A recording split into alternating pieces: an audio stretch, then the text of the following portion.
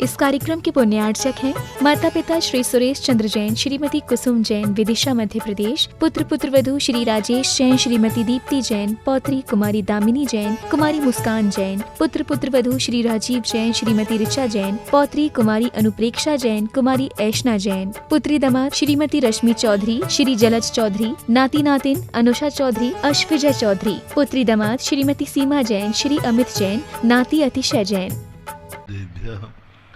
जय श्री ओम नमः सिद्धेभ्यः। सर्वमंगल मांगल्यम सर्वकल्याणकारकम प्रधानम सर्वधर्माणां जैनम जयतु शासनम, जैनम जयतु शासनम।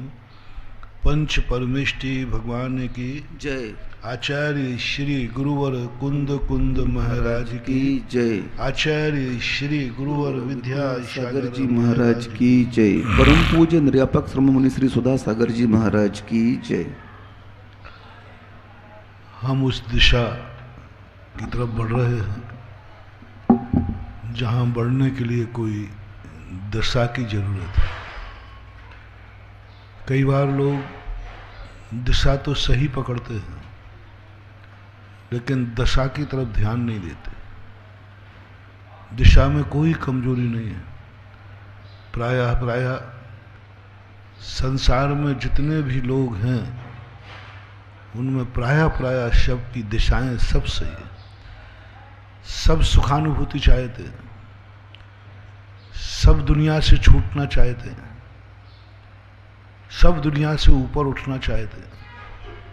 दिशा सही है लेकिन भूल कहाँ हो रही? जब लक्ष्य सही है तो भूल कहाँ है? साध्य सही है तो भूल कहाँ है? भूलता व्यक्ति साध्य में नहीं है, साधन में है। भूलता व्यक्ति मंजिल में नहीं है, रास्ते में है। कार्य करने के बाद विफलता नहीं होती, कारण में विफलता होती। जितना व्यक्ति लक्ष्य के लिए प्राप्त करने में, लक्ष्य के लिए चिंतन करने में, लक्ष्य से व्यामोहित है, लक्ष्य से आकर्षित है, लक्ष्य को प्राप्त करने की जितनी ललक है, इतनी ललक यदि उस लक्ष्य को प्राप्त करने में जो साधन है उसकी हो जाए तो लक्ष्य दूर नहीं। मोक्ष जाने की जितनी हमारी रुचि है उतनी रुचि यदि रत्नत्रय की हो जाए तो मोक्ष हाथ पे आ जाए।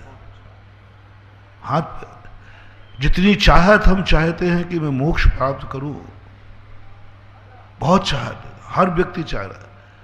जैनियों में तो प्रायः हर व्यक्ति के मुख पर रटा हुआ है मोक्ष जाना, मुझे कुछ नहीं चाहिए। गजब की रुचि देखी मोक्ष जाने। जैन दर्शन ने जो मोक्ष का वर्णन किया है बड़ा लुभावना है।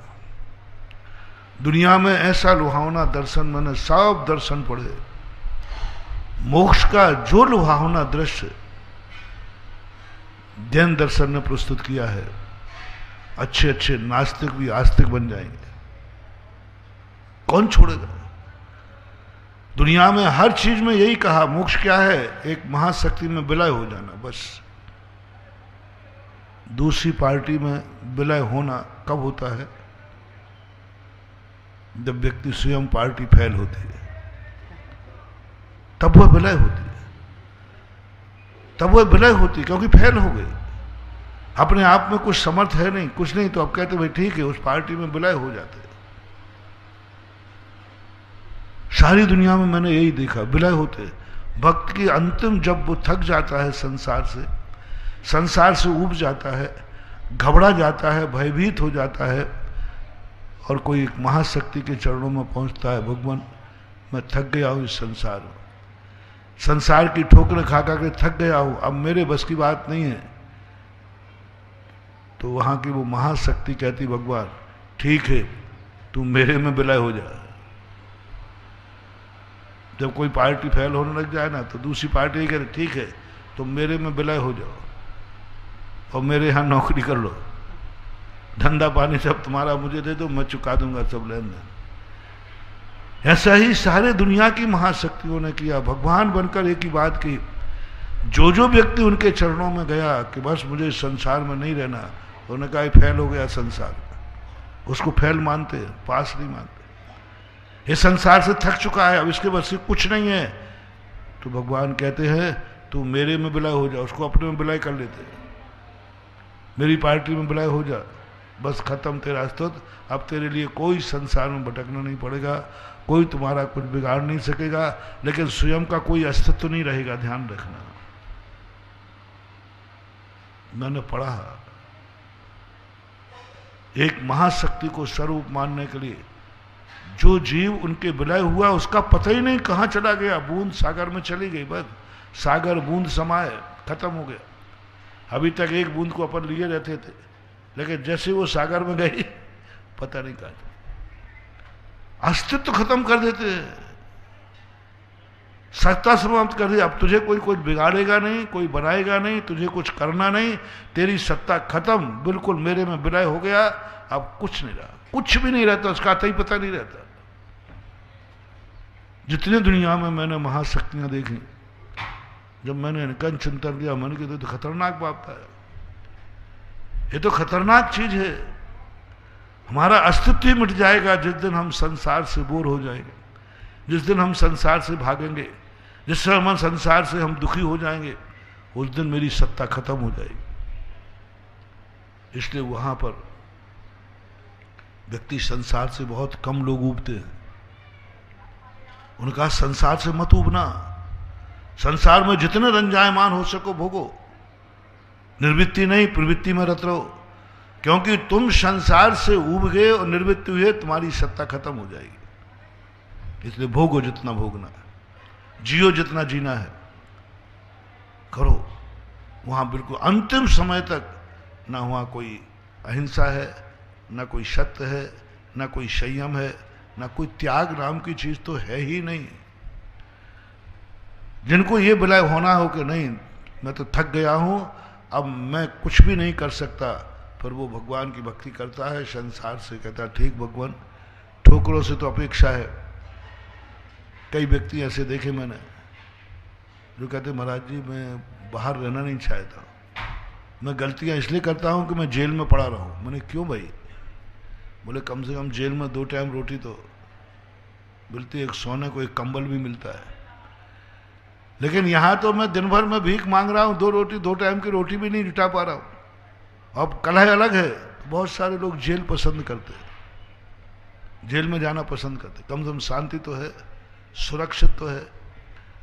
जिस नेता की असुरक्षा महसूस होती है, कानून से तुरंत अरेस्ट करके जेल में डाल देता है, सुरक्षित हो गया।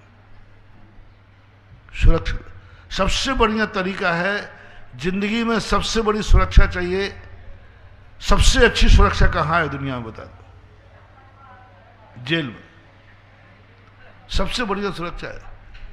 दुनिया में ना तो महलों में सुरक्षा है, ना कहीं सुरक्षा। सबसे बढ़िया सुरक्षा, वीआईपी सुरक्षा, चारों तरफ से पर कोटे, कोई तेरा कुछ नहीं बिगाड़ सकता। जेल में बहुत कम मर्डर होते हैं, बहुत कम, कुछ ज्यादा। वे आपसी में लड़ पड़े तो ठीक है, बाहर का व्यक्ति कोई मर्डर नहीं कर सकता। बाहर तो प्रधानमंत्री का भी मर्डर हो जाता है, बाहर तो राष्ट्रपति को मार डाले, कोई सेठ को मार डाले, किसी को भी मार डाले।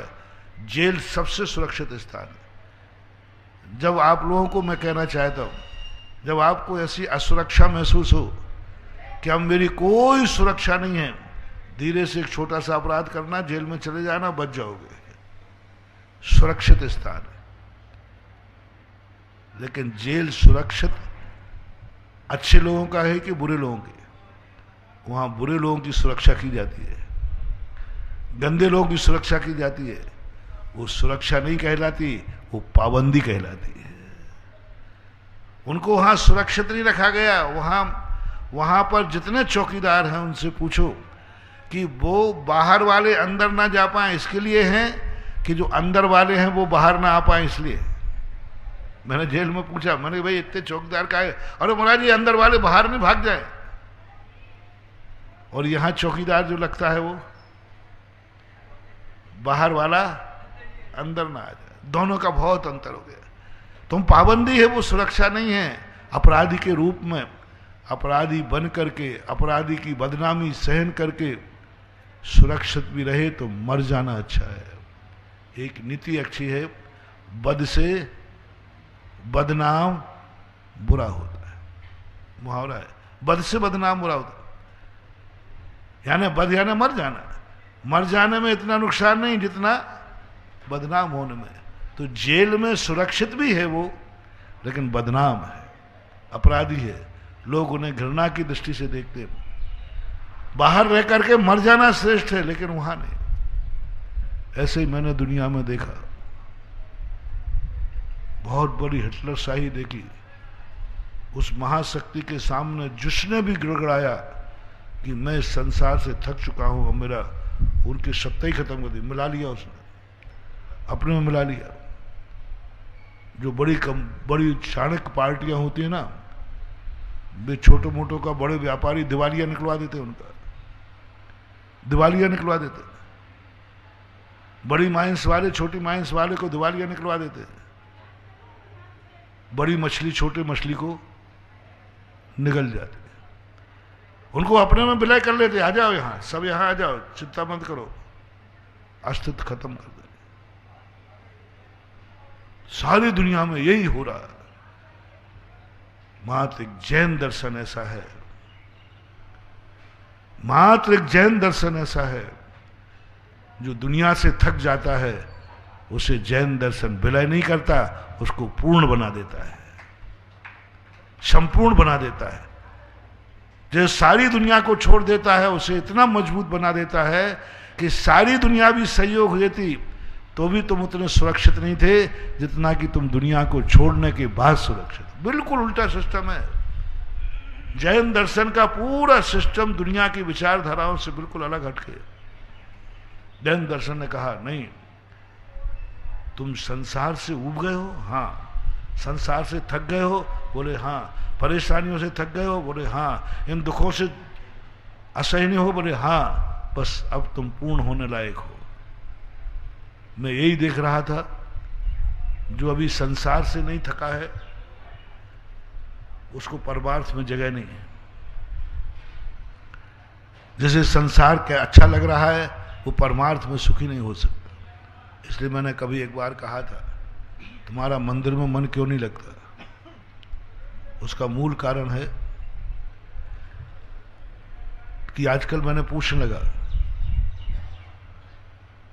कोई लगा महाराज जी मेरा मंदिर में मन ही नहीं लगता। मैंने सोचता बिल्कुल नहीं लगेगा भी नहीं। आप बताओ घर में कैसा लगता है? महाराज बहुत अच्छा लगता है। मैंने कहा जाओ, तुम्हें मंदिर में कभी मन लग ही नहीं सकता।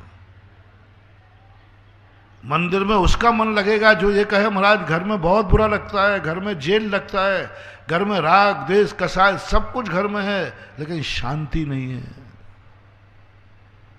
शांति नहीं। मंदिर किसको अच्छे लगते हैं? घर में महाराज जी कोई कमी नहीं है, शांति नहीं है। काहे की शांति नहीं? कोई लग रहा नहीं महाराज सब प्यार करते हैं, हम सबसे प्यार करते हैं, हमारे घर में कोई सब इतना वात्सल्य है, इतना आनंद है, कोई किसी को किसी प्रकार का कोई दुख नहीं है, कोई किसी पर शक नहीं करता, कोई किसी के ऊपर चोरी का भाव नहीं करता, कुछ नहीं। हमारे यहाँ तो राम राज्य है महाराज। मैं उस व्यक्ति की बात कर रहा हूं। दो व्यक्ति सुनना, एक वो अशांत है जिसके घर में स्वर्ग है, माता पिता देवता मिले, बेटा भी देवता, परिवार सब ऐसा वर्ग है। कभी मतलब कहना चाहिए शरीर अनेक है, आत्मा एक है, एक विचार एक आचार, किसी के विचारों में रंच मात्र भी मतभेद नहीं रंच मात्र भी मतभेद, सबका विचार एक। बहुत कठिन होता है। धर्म में मन किनका लगता है, मंदिर में मन किनका लगता है? मैं किस अच्छे व्यक्ति की बात कर रहा हूं? जिसके सारे परिवार के लोगों का विचार एक हो। एक ने कह दिया, सबने कहा यही मैं सोच रहा था, यही मैं कह रहा था, यही मैं कह रहा था। अरे 50 लोग हो तुम लोग, क्या सबने एक ही सोचा? बोले हाँ साहब, सब एक ही ने सोचा। एक संगठन बनाने का एक तरीका था। टेकड़ी के अंदर एक माणिक चंद जी सोनी थे, पंडित जी थे, थोड़े स्वाध्यायशील थे। पंडित नहीं कह के स्वाध्यायशील को, प्रतिदिन स्वाध्यायी गद्दी पे बैठते थे। उन्होंने एक संस्मरण सुनाया, क्योंकि उनका सबसे बड़ा परिवार केकड़ी में एक चूल्हे पर रोटी खाता था।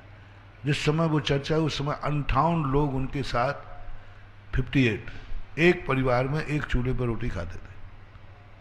तो उन्होंने एक संस्मरण सुनाया कि बहुत सारे लोग हमारे पास आते हैं कि महाराज आपका इतने सारे लोग, हम तो 4 लोग भी एक साथ नहीं रह पा रहे।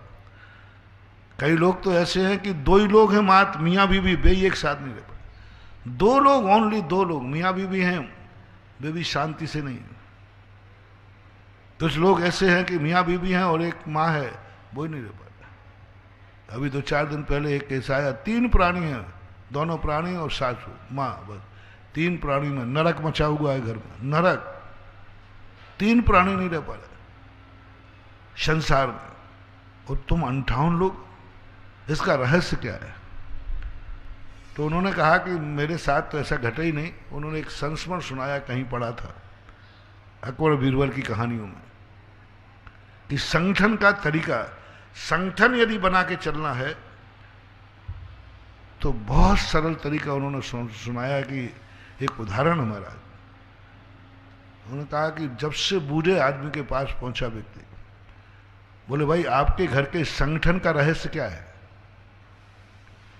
तो बोले भैया हम थोड़ा वृद्ध हो गए हैं, हमसे हमारा एक छोटा भाई है ना, सेकंड नंबर, उससे आप पूछ लो, वो बता देगा। उसके पास गए कि भाई साहब आपके बड़े भाई के पास गए थे कि आपके परिवार के संगठन का रहस्य क्या है, तो उन्हें आपके पास भेजा। बोले अच्छा ऐसा करो, देखो थोड़ा मैं भी थोड़ा व्यस्त हूँ, हमसे जो छोटा भाई है ना उससे पूछ लो। उसके पास गए, उसने चौथे के बाद, 5वें के बाद भाई पर भाई पढ़ाते गए। अंत में बोला देखो भाई हम लोग तो सब भाई भाई हैं, बड़े लोग हो गए, हमारे बड़े भैया का लड़का है, उससे आप पूछ लो। उसने लड़कों में सबसे अंत में जाकर के छोटा सा बच्चा था 10-12 साल का, उससे पूछा भाई तेरे सारे बड़े लोग तुझे ज्ञानी मानते हैं और मैं यहां से इतनों से पूछता आया हूं। उन्होंने सबने ये कहा कि एक के बाद एक तेरे पार भेजा है। बोले देखो तुम गलत आ गए हो, मेरी दादी माँ है उससे पूछो, ताई। तो ताई के पास गए, ताई ने देवरानी के पास भेज दिया, मेरी देवरानी है, देवरानी ने देवरानी के पास भेज दिया। भेजते नत बहू थी, नत बहू जानते, नाती की बहू, पत्नी जो नत, सबसे अभी शादी करके आई ही थी बेचारी, तो उसके पास पहुंच गया। बोले साहब तुम इतने ज्ञानी हो, तुम्हारे घर में 57 लोगों ने सबसे पूछते आए, तेरे पास आया। बोले भाई साहब आप गलत आ गए, आप फिर उसी नंबर से दोबारा लौटिए। और देवरानी ने जेठानी के पास भेज दिया, नत बहू ने बड़े भेजते दादी के पास, दादी ने फिर उस पोते के पास भेजा। पोते से पहुंचते लौट के कहाँ पहुंचे? जो घर के दादाजी थे। बोले तुम लोगों के घर में ये क्या मोनोपोली है? मुझे कितने दिन हो गए पूछते सबसे घंटों निकल गए, दिन निकल गए, हर व्यक्ति एक दूसरे पे टालता है, अरे स्वयं बताना क्या बात है? बोले बुद्धूचंद अभी तक समझ में नहीं आई। हमारे यहाँ हर व्यक्ति अपने आप में एक दूसरे पर विश्वास करता है और हर व्यक्ति एक दूसरे को इज्जत देता है। हमने तुम बड़े होकर के मैं निर्णय सुना सकता था, लेकिन मैंने ये इज्जत, मैंने ये शेयर किसको दिया? छोटे को दिया, छोटे ने छोटे को दिया। छोटे अंत में जाकर बोले यही संगठन का रहस्य है, यही संगठन का रहस्य है। एक दूसरे को विश्वास जहां टूट जाता है, एक दूसरे के ऊपर व्यक्ति को संदेह हुआ, बस समझ लेना महानुभाव संबंध खत्म हो गया, कुछ नहीं रहा। थोड़ा सा भी विकल्प आ गया, ये कैसे कहां उठता है, क्या खाता है, क्या पीता है, क्या बोलता है, क्या चालता है, थोड़ा सा भी मन में क्या शब्द आ गया, संबंध है ही नहीं, है ही नहीं। संबंध वो कहलाता है जहां पर विश्वास इतना चरम सीमा पर पहुंच जाए कि कोई देखने को भी कहे तो कहे नहीं। एक बेटा सिगरेट पी रहा था, पिता को बेटे पर विश्वास था। देखना कैसा होता है विश्वास, कैसे बनते हैं विश्वास के महल, कैसे बनते हैं दुनिया। मैंने कहा साहब मैंने खुद अपनी आंख से सिगरेट पीते देखा है, चलो मैं तुम्हें दिखाता हूं। बोले देखो साहब मेरा बेटा मेरे सामने सिगरेट नहीं पिएगा। बोले मैं दिखा दूंगा, रंगे हाथ दिखाऊंगा, रंगे हाथ पकड़ाऊंगा। चलो भाई, ले गए। वो तो पट्टा फूंक रहा था सिगरेट, और ये दोनों जाके खड़े हो गए पिताजी। क्यों रे सिगरेट पी रहा है? उसने हाथ लगा लिया, हाथ लगा के धीरे से छुपा लिया। बोले देखा मेरे सामने नहीं पी सकता, मेरे सामने नहीं पी सकता है। क्या इतना विश्वास तुम्हें अपने परिवार पर, अपने लोगों पर है? सामने साक्षात देखते हुए कहना नहीं, हो नहीं सकता ऐसा, असंभव, मंजूर नहीं है।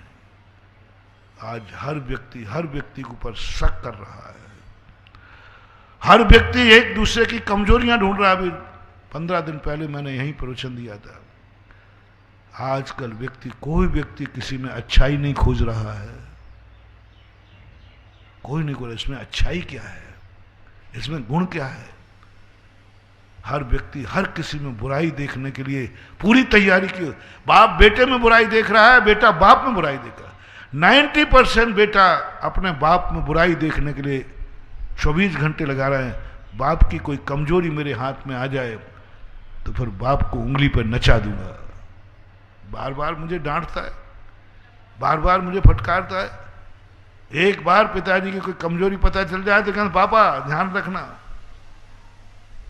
आज ये नेचर, यही सबसे बड़े विनाश का कारण है।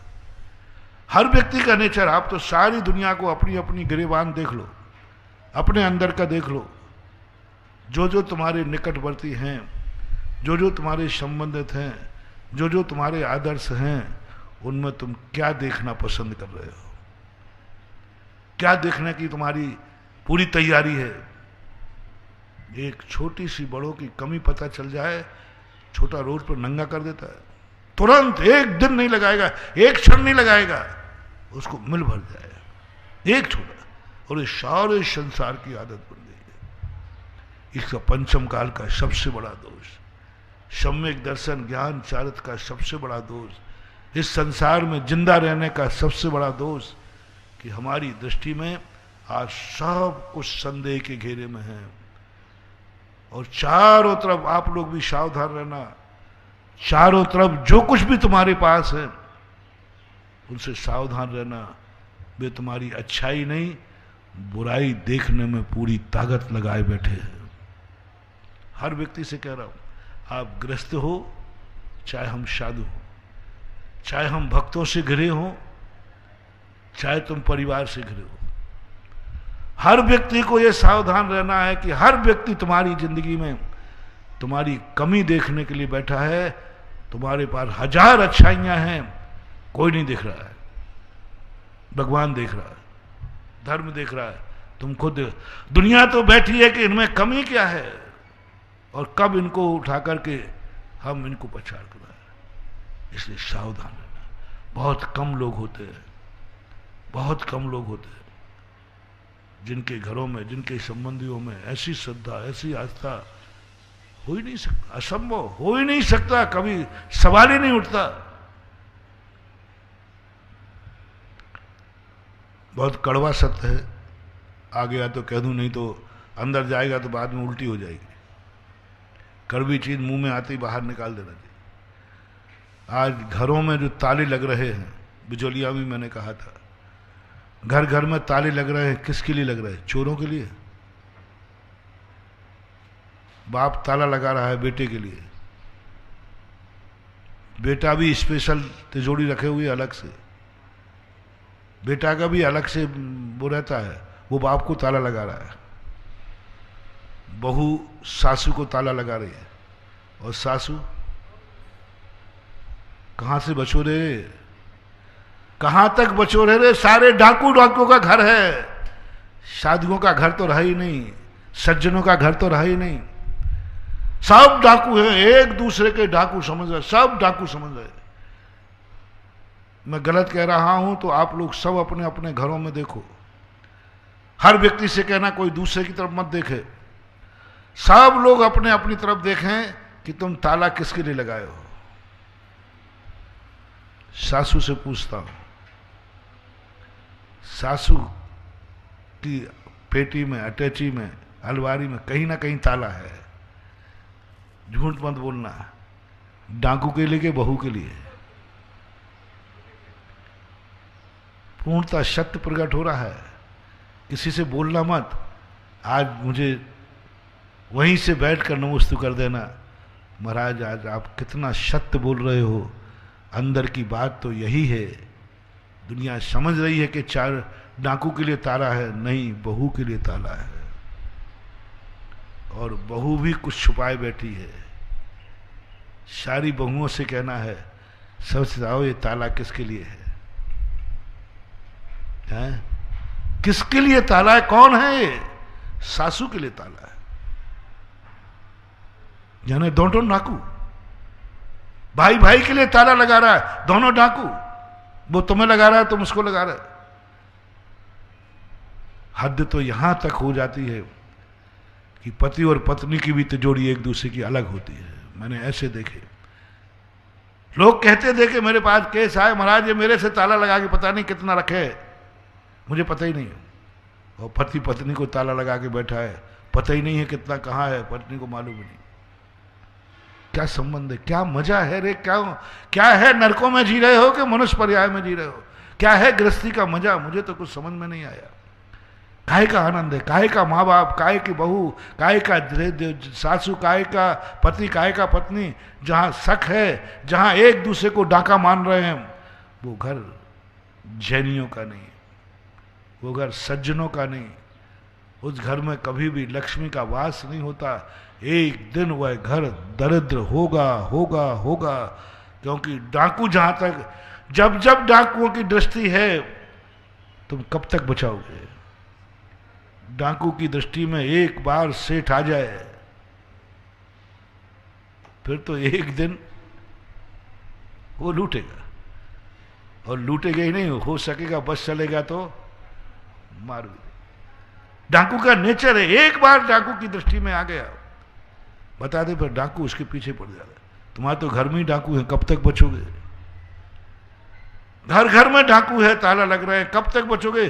किसी ना किसी दिन ताला खुला मिलेगा, 100 लोहार की 1 सुहार की, उसी दिन तुम्हारा सब कुछ साफ हो जाएगा और ताला लगा हुआ मिलेगा। आजकल एक हवा चलती है भूतों की, मेरे पास भी ऐसे भूत आते, महाराज जी ताला लगा रहता है, पैसा गायब हो जाता है, सामान गायब हो जाता है। महाराज कोई ऊपरी बाधा है, आप तो कोई भक्तांबर का कड़ा बताओ। मैं कहता हूं कि नहीं, घर में ही कोई चोर है जिसके पास ऐसी चाबी है कि वो ताला लगा रहेगा, वो तुम्हारे सामने रहेगा और गायब कर देगा। जिनके के घर में तिजोरियों में से माल गायब होता है, कोई ना कोई निकटवर्ती है, डबल चाबी है, तुम कितने ही ताले लगाना, वो उसकी सब मिलान करके सब बराबर कर लेता है, उसको नहीं पकड़ पाओगे। तो घर को यदि देवताओं का घर, स्वर्ग बनाना सज्जनों का, तो सबसे पहले एक देखना पड़ेगा, घर वालों को कभी ताला मत लगाना। और कोई तुम्हें ताला तो नहीं लगा रहा है, लगाने वाले को बुरा नहीं कह रहा हूं मैं, वो तो लगाएगा, उसको सुरक्षा करना है, सुरक्षा करना। सासू यदि ताला लगा रही है तो लगाना चाहिए। मैं बहू से कहता हूं कि तू इस घर की बहू नहीं, डाकू है, तुझे ताला लग रहा है। जिसके लिए ताला लग रहा है वो है पापी, ताला लगाने वाला पापी नहीं है। ताला लगाने वाला तो सेठ है, ताला लगाने वाला तो मालिक है। जिसके लिए ताला लगा रहा है उसकी औकात बताई जा रही है। उसका स्वरूप बताया जाता है कि मैं इसके लिए ताला लगा, मेरे लिए ताला लग रहा है, इसका अर्थ मैं डाकू हूं। चिल्लाना मत, सासू पे चिल्लाना मत। आज क्या मैं डाकन हूं जो मुझे ताला लगाया जाता है? चिल्लाने से कुछ नहीं होगा। तुम्हारी औकात बस ताला को देख के समझ जाओ, ताला को देख के समझ जाओ तुम्हारी औकात है। कहो मत, चिल्लाने से कुछ नहीं होगा महानुभाव। चिल्लाने से वो ताला लगाना बंद कर देगी, लेकिन उस तिजोरी में माली नहीं रखेगी। यदि तुम चिल्लाए जाता, मेरे ताला क्यों लगाया जाता है, क्या मैं डाकू? हाँ वो नहीं लगाऊंगी, ले खोल दिया, लेकिन माल नहीं रहेगा उसमें। फिर माल कोई और जगह पहुंच जाएगा जहां तुझे पता नहीं है। इसलिए चिल्लाने से अपनी डाकुता को छुपाने का प्रयास मत करना। जितने चिल्लाते हैं कि मैं डाकू हूं, क्या झगड़ा करते हैं, होते घरों में झगड़े होते, बहुत झगड़े होते। मैं कहता हूं उनसे कुछ नहीं होगा। तुम्हारी औकात ताला है, तुम उसकी दृष्टि में। महाराज फिर इसको मिटाऊं कैसे? मिट सकता है, मिट सकता है। कभी ना कभी वो इसकी चाबी छूटेगी, कभी ना कभी वो ताला खुला छोड़ के जाएगी। छूटी गई। और जैसे ही तुम्हें चाबी मिले, माँ जी आप ये चाबी छोड़ के आ गई थी, चाबी छोड़ के आ गई। माँ जी आप बाहर गई थी ना, तो ये चाबी छोड़ गई थी, आप ये चाबी यहीं पड़ी थी। अब सासू की तो हवा खिसक जाएगी कि इस बहू को चाबी हो गई, तिजोरी तो साफ हो गई। अच्छा बेटे मैं चाबी छोड़ गई थी, कहाँ छोड़ गई, मेरी बुद्धि भारी है। अब वो घबरा जाएगी। और वो घबरा क्यों रही है कि माल तो साफ। और जाके उसने ताला खोला, सब कुछ व्यवस्थित था। बेटी ये चाबी कब मिली तुझे? बोले माँ जी जिस दिन गई थी उसी दिन मुझे चाबी मिल गई। तो तुमने तिजोरी खोली नहीं? बोले माँ की तिजोरी, मेरी क्या औकात माँ जी? माँ की तिजोरी तो मंदिर की गुल्लक होती है, ये तो पूज्य पुरुषों की तिजोरी है। माँ की गुल्लक को खोलूं मैं? ये तो गुल्लक है, माँ की गुल्लक है, मंदिर की गुल्लक है, ये तो हमारे पूज्य पुरुषों की गुल्लक है। अपने से बड़ों की गुल्लक को, तिजोरी को मंदिर की गुल्लक मान लो। मंदिर की गुल्लक है माँ जी, मेरी क्या औकात मैं खोलूं? मंदिर की गुल्लक सब कोई खोल लेते क्या? मंदिर की गुल्लक विशेष लोग खोलते। मैं तो माँ जी बहू, मैं मेरी ताकत इतनी कहाँ हिम्मत, ये तो मंदिर की गुल्लक है। बस सासू का उसी दिन, बेटी क्या बोला तूने, गुल्लक है? हाँ महाराज जी गुल्लक है, तो आपकी पूज्य पुरुष हैं, आपकी गुल्लक है, मैं कैसे खोलूं? बस उसी दिन सासू की आंख में आंसू आ जाएगा। बेटी आज से तिजोरी में ताला नहीं लगेगा, ये चाबी तू रख, क्योंकि तुझने मेरी तिजोरी को गुल्लक मान लिया। आज तक मुझे ये तिजोरी थी, आज मैं तेरे लिए गुल्लक हो गई, अब इसमें ताला नहीं लगेगा। कभी विश्वास दिलाओ, ये इंतजार मत करो कि किस दिन देखे कब तक करती है, दूसरी चाबी मिला के वो डबल ताला लगाएगी। विश्वास जीतो। डाकू बनकर के बहू मत बनो किसी घर की, बहू रानी हो, डाकू बन रही हो। और कौन कौन तुम्हें ताला लगा रहा है उनसे किसी से मत बोलना। तुम अपनी औकात समझना, इनकी दृष्टि में मैं डाकू हूं और मैं दिखा दूंगा इनको कि मैं डाकू नहीं हूं, मैं उस घर की बेटी हूं, मैं उस मां की बेटी हूं, उस मां का दूध पिया है जिसने आज तक मुझे खुली तिजोरी में से ही मैंने आंख उठा के नहीं देखा, तो बंद पे क्या देखूंगी? खुली तिजोरी में नहीं देखती हूं मैं। ऐसा विश्वास जीतो। जिस घर की बहू को सासू ताला न लगावे, समझ लेना वो देवी है, देवता भी उसकी वंदना करते हैं। ऐसा ही बहू के संबंध में सोचना। सासू तुम डाकू हो, क्योंकि बहू तिजोरी में ताला लगा के जा रही है बाहर। तुम सासू अपने आप को पूज्य मान रही हो, महान मान रही हो, नहीं तुम डाकन हो, बहू की दृष्टि में। तुम भी कोई करिश्मा दिखाओ। बहू के पास तिजोरी की चाबी हो, तिजोरी होती ही नहीं है, सब मां की तिजोरी में शामिल होती है। जिस घर में बहू की कोई अटैची नहीं है, जिस घर में बहू की कोई तिजोरी नहीं है, जिस घर में बहू का कोई बैलेंस नहीं है, उस घर की सासू जगदम्बा है।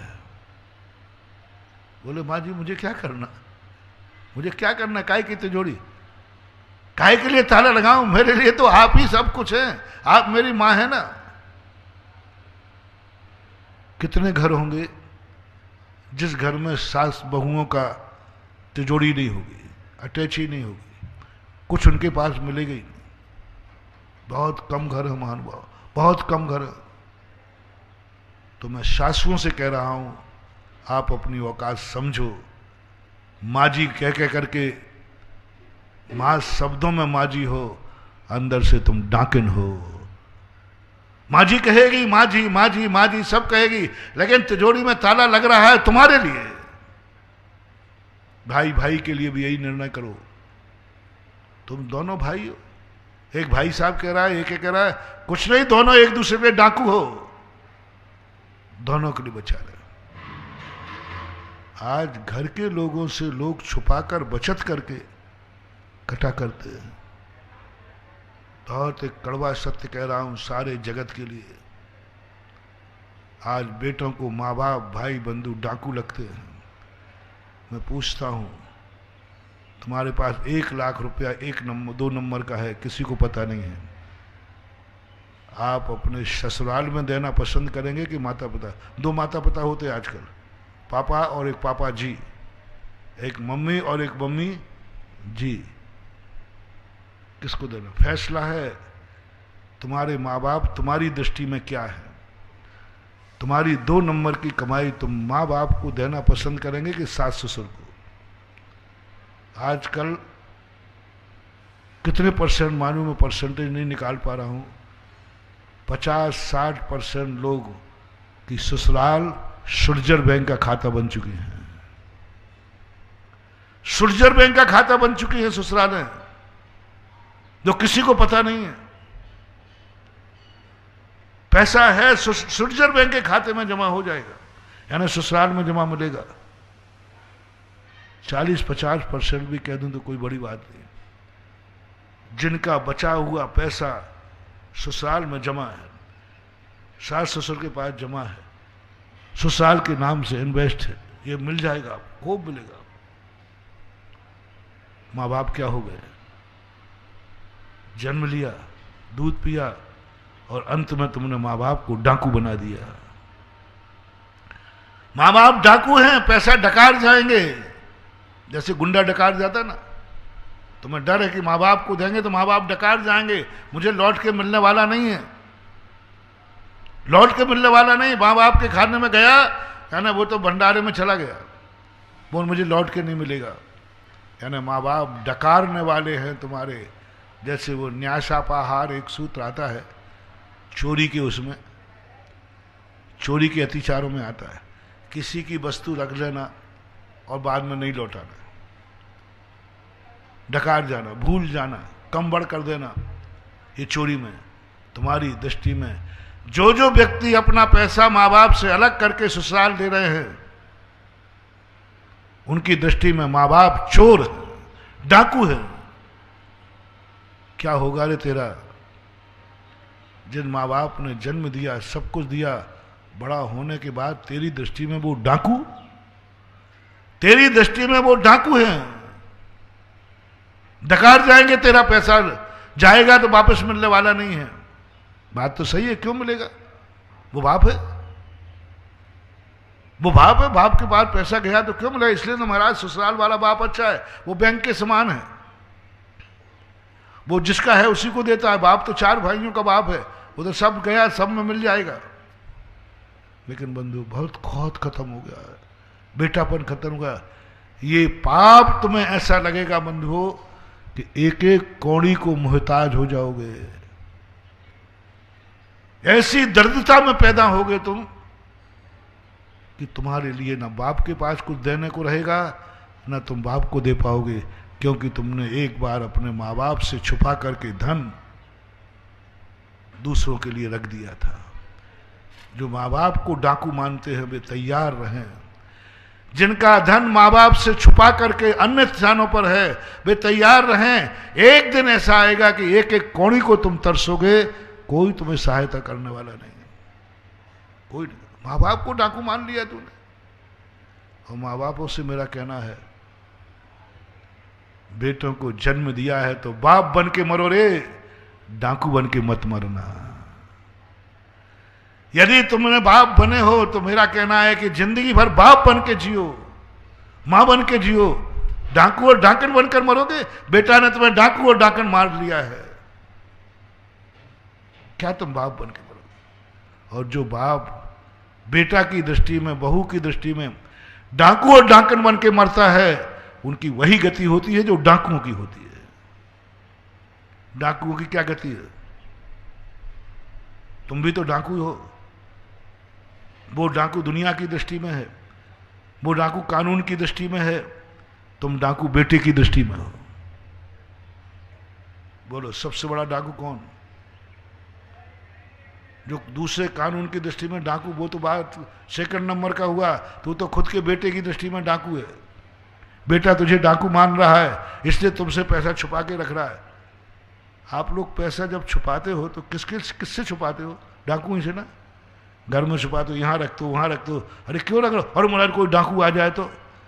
जब भी किसी वस्तु को छुपाया जा रहा है, निश्चित है वह किसी ना किसी को डाकू मान रहा है, बिना उसके छुपा ही नहीं जाता। माँ बाप को डाकू मान लिया। जिन जिन के ससुरालों में पैसा बेटों ने जमा किया है वे सब डाकू हैं।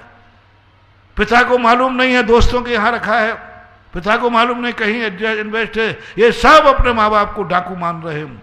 तो बेटे की दुर्गति है। हम तो माँ बाप को कह रहे हैं कि हो माता पिता हो, आप लोग बाप बन करके हर्ष मना रहे हैं कि मैं इतने बेटों का बाप हूँ। तुम बाप नहीं रहे, डाकू बनोगे। और डाकू बन करके प्रेम यदि तुमने छोड़ा, इसलिए मरने के पहले बेटों से कहो, बेटा मैंने तुम्हारी कोई संपत्ति डकारी तो नहीं, मैंने तुम्हारी संपत्ति को तो छुआ तो नहीं, कहीं तुम मेरी दृष्टि, आप लोगों की दृष्टि में मैं डाकू तो नहीं हूं। हर माँ बाप को आज अपने बेटों बिटिया को बैठा के पूछना, नाराज मत होना, दादागिरी मत दिखाना। हाँ नहीं तो तुम दादागिरी, कुछ नहीं होगा इससे। वो सौगंध कर देगा तुम्हारे खुद की, पापा आपकी सौगंध है, मेरा एक पैसा नहीं है, कर देगा। वो कह देगा जितने जल्दी मरो उतना अच्छा है, झूठी सौगंध है, कर देगा। तुम्हें कुछ कोई सबूत नहीं मिलेगा, कोई गवाह नहीं मिलेगा, और तुम बेफालतू क्लेश में चलो। बिल्कुल भी मत डांटना, बिल्कुल भी मत करना। तुम तो औकात पता करना और कहना भैया मैं कुछ भी कर सकता हूं, बस मुझे डाकू बन के मत मारना, मेरे पर विश्वास करो। डाकू बन के तुम्हारा पैसा तुम्हारे लिए ही मिलेगा, तेरे लिए दूंगा, बस डाकू मान करके मत करना। तुझे ससुराल में रखना है रख ले, लेकिन मेरे को बता के रखना, मैं नहीं मांगूंगा वो पैसा, मैं नहीं लूंगा, पर छुपा के मत रख, मुझे डाकू मत बना। सास ससुर क्या सोचेंगे कि आज कुंवर साहब मेरे पास लाख रुपए रख रहे हैं, इसके माँ बाप जिंदा हैं, माँ बाप जिसने जन्म दिया, तेरे सास ससुर की दृष्टि में मेरी इज्जत क्या होगी ये बता दे। तेरी पत्नी के माँ बाप की दृष्टि में मेरा की इज्जत क्या होगी कि इसके सास ससुर नियम से डाकू हैं, तभी तो कुंवर साहब 2 नंबर की कमाई मेरे पास रख रहे हैं। हर माँ बाप को अपने बेटों के इतना विश्वास जीतो कि वे तुम्हें कम से कम साधु ना बना पाए तो ना बना पाए, जिंदगी अंत तक बाप तो मानते रहे, डाकू ना माने। और आज सारे हर घर में सारा विघटन का मूल कारण है, दरिद्रता का मूल कारण है, अशांति का मूल कारण है कि हर व्यक्ति एक दूसरे का विश्वास खो चुका है। इसलिए जिन जिन के लिए ताला लग रहे हैं वे आज के प्रवचन को बहुत सावधान होकर के अपनी जिंदगी में सामने वाले का विश्वास प्राप्त करें। जिससे वो ताला खुला छोड़ देवे, खुले ताले में भी तुम्हारी आंख ना उठे। उसने तुम्हें देख लिया है कि ये झांक के देख रहा है, इसलिए वो किवाड़ बंद करके गिन रहा है। उसने देख लिया है कि ये झांक के देख रहा है, इसलिए वो किवाड़ बंद करके गिन रहा है। तुम कुछ ऐसा करो, किवाड़ खुले हुए गिन रहा है, फिर भी तुम्हारी आंख ना उठे, आंख ना उठे, आंख ना उठे। वो किवाड़ लगाए नहीं, बोले देखते ही नहीं। एक बहुत छोटी सी कहीं कहानी पढ़ी थी, सत्य ही है वो। एक संत थे, गृहस्थिक संत माने जाते हैं। उनके पिताजी थे। एक नदी के पाट के ऊपर कुछ महिलाएं अर्ध वस्त्रों में स्नान कर रही थी प्रातःकाल। तो एक बहुत अच्छे वीतरागी बालक था, वो वहां से गुजर गया। कोई महिलाओं ने देख लिया, लेकिन कोई महिलाएं झेपी नहीं, किसी महिला ने लज्जा नहीं की, किसी महिला ने ये कहीं नहीं कहा कि पुरुष आ रहा है। वो सीधा निकल गया। पीछे से पिताजी आ रहे थे।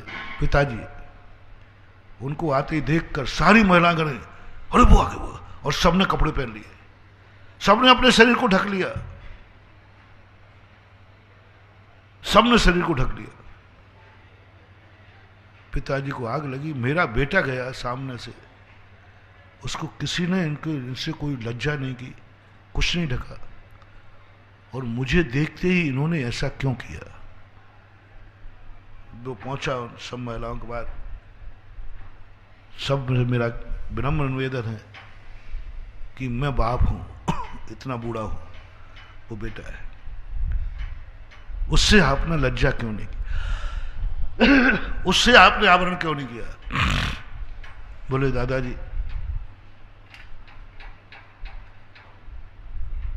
इसका जवाब तो आप अपने बेटे से पूछना। बेटे को बुलाया। महिलाओं ने, बच्चियों ने पूछा कि हे महान दृष्टि, आप यहां से निकले, इस घाट पे कौन कौन नहा रहा था। बोले मैंने तो देखा ही नहीं, मुझे तो पता ही नहीं घाट पे कौन नहा रहा था, मैंने नहीं पता, मैंने देखा ही नहीं, मैंने देखा ही नहीं। अंधा है क्या तू? पहाड़ के यहां से सामने से निकला तो सीधे इतना नहीं दिखता तुझे? बोले पापा मैं तो प्रभु भजन में लीन था, मेरा भक्ति में लीन था, मैंने नहीं देखा, दिखा ही नहीं। महिलाओं ने पूछा, पिताजी देख लिया ना, बेटा हमारे बीच में से निकल गया, उसको पता ही नहीं कौन नहा रहा है। और अब आप बताइए, आपने कितने दूर से देखा कि महिलाएं नहा रही हैं? बोले हमने तो बहुत दूर से देख लिया था, बस आप में और तुम्हारे में इतना ही अंतर है। एक बालक ने महिलाओं का विश्वास जीत लिया और एक बुढ़े ने महिलाओं का विश्वास खो दिया। महिलाओं का विश्वास खो दिया एक बुढ़े ने और जीत गया। महाभारत इसी पे खड़ा हुआ है। भीष्मतापा जवान थे, कुंवारे थे, उन्होंने संयम पर लगाम लगा दी और उनके पिता शांतनु हैं जो शादीशुदा थे, कई शादियां कर चुके थे, फिर भी धीवर की कन्या पर ऐसे मोहित हुए कि उसको पाने के लिए ब्रह्मचर्य व्रत ताश्री को, गांगे को लेना पड़ा। त्याग देखो, एक वो लंपटी जो अनेक विवाह करने के बाद भी विवाह की तमन्ना कर रहा है, और एक वो बालक जो अभी जवानी चढ़ती हुई है और पिता के लिए आजीवन ब्रह्मचर्य व्रत की घोषणा कर रहा है। कैसी दृष्टि थी? ताश्री की गांगे की सबसे बड़ी विशेषता देखो, दोनों दर्शन में, जैन दर्शन वैष्णव दर्शन में, एक किस उम्र में पिता के लिए, और पिताजी कुंवारे नहीं थे, वो तो भाई थे, कांगे खुद बेटे थे, पहले के कितनी पत्नियां थी उनकी, फिर भी उसकी नियत देखो, उसको शर्म नहीं आई कि नहीं मैंने तो बहुत संसार भोग लिया, बेटे का संसार खत्म करो, ये नहीं होगा। होते हैं महानुभाव, कुछ बड़े होकर के भी इतने निकृष्ट होते हैं और कुछ छोटे होकर के भी इतने महान होते हैं। बाप होकर हार गया और बेटा होकर के जीत गया। उन कन्याओं ने कहा पिताजी आप ही फैसला करो, आपको दूर से दिख रहा है कौन नहा रहा है और सो घाट पे आकर के पता नहीं कौन नहा रहा है। यह है विश्वास। तुम घर में इस तरीके से रहो, कौन नोट गिर रहा है तुम्हारी आंख ही नहीं उठना चाहिए। कोई पूछे मालूम है क्या, मुझे तो पता नहीं, मैंने देखा ही नहीं, मुझे पता ही नहीं, नोट गिनते दे तुम्हारी दृष्टि उठे ही नहीं, फिर कौन किवाड़ बंद करके करेगा। बोले अरे ये तो देखते ही नहीं, इनको पता ही नहीं, ये तो आंख ही नहीं उठाता, क्यों कपड़े पहनेंगे वो लोग। लेकिन तुम तो झांक झांक के देखते हो, गर्दन उठा उठा के देखते हो, तो तुम्हारे लिए ताला लगेगा। तुम तो सीबीआई करते हो, तुम्हारे लिए ताला लगेगा। तुम तो जांच करते हो, ताला लगेगा। लगेगा तो सावधान, ताला लगाने वाले की नहीं, जिसको ताला लग रहा है उसकी दुर्गति निश्चित है, दुनिया की कोई ताकत नहीं टाल सकती। इसलिए आज सभी लोगों से मेरा कहना है, सब लोग अपने व्यक्तियों का विश्वास जीतो, तुम्हारे लिए कोई ताला ना लगा ले, तुम्हारे से कोई डर ना खाने लग जाए, अरे ये नहीं देख ले बे, इसको पता नहीं चल जाए।